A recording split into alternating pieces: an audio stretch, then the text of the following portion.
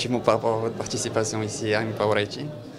En tant que directeur général du Technoparc, ce que je peux dire, c'est que l'écosystème entrepreneurial s'enrichit de plus en plus et s'étoffe. Cet écosystème en fait comprend tous les partenaires de la chaîne entrepreneuriale qui en fait va de l'accompagnement en amont jusqu'au financement et l'accélération.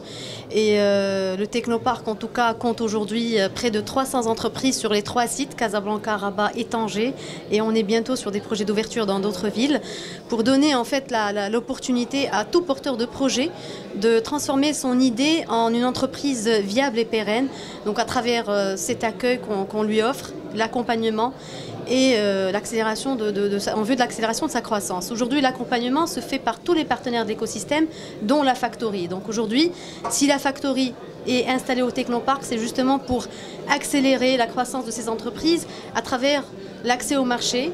Et la thématique d'aujourd'hui, justement, tourne autour de l'open innovation. Donc, comment connecter les grandes entreprises aux startups, comment valoriser les compétences technologiques de ces startups et faire profiter aussi les grandes entreprises de la compétence de ces startups dans tout ce qui est technologie de pointe. Donc, l'événement d'aujourd'hui est très enrichissant. Vous avez vu que tous les membres de l'écosystème, grands comptes, start-up, institutionnels, partenaires, associations, sont tous là, investisseurs, sont tous là pour observer et concrètement le potentiel de nos start-up. Et personnellement, j'encourage beaucoup les grands comptes à collaborer avec les start-up.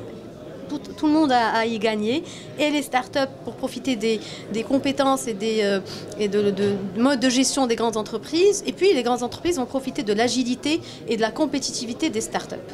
J'ai été invité aujourd'hui pour animer une session sur comment est-ce que les gouvernements peuvent renforcer l'écosystème entrepreneurial et surtout en donnant la parole à 2 cas. J'ai avec moi la consul générale des États-Unis à Casa et la responsable du département économique de l'ambassade de France. Et donc cette session a présenté un petit peu l'ensemble de programmes que ces 2 institutions font, et en même temps quelques learning, quelques apprentissages sur comment est-ce qu'on peut être flexible pour développer des projets qui sont sérieux et qui puissent vraiment avancer.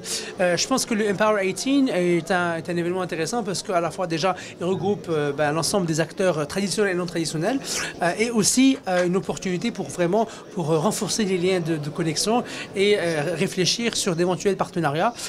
Déjà avec la Factory, on travaille déjà ensemble et j'espère que c'est un bon train pour vraiment renforcer et créer plus d'impact pour le pays. Et je suis encore présent pour la 2e édition d'Empower 17 et 18 organisée par Mehdi Alaoui et par Scrindy. Aujourd'hui, nous avons la chance d'être à la Factory et avec un écosystème en pleine maturation et beaucoup de monde.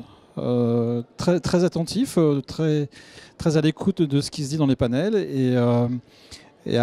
et beaucoup de, je dirais, des recommandations qui vont dans le bon sens avec des actions concrètes qui vont être menées, qui ont déjà été menées et qui vont être menées pour 2018. Donc une bonne année a priori start-up nous arrive en 2018 pour les premiers financements d'Innovinvest, pour l'accompagnement des entrepreneurs, de nouvelles startups, et on espère effectivement dans les 3 années à venir avoir une plateforme startup au Maroc mature, reconnue sur le continent africain, avec la possibilité à moyen terme d'être une startup nation. Je parlais tout à l'heure de la Palmeraie Valley, ça serait un terme en parallèle avec la Silicon Valley. Ça serait je pense, une identification marocaine qui serait intéressante sur le continent africain et peut-être dans le monde entier aussi.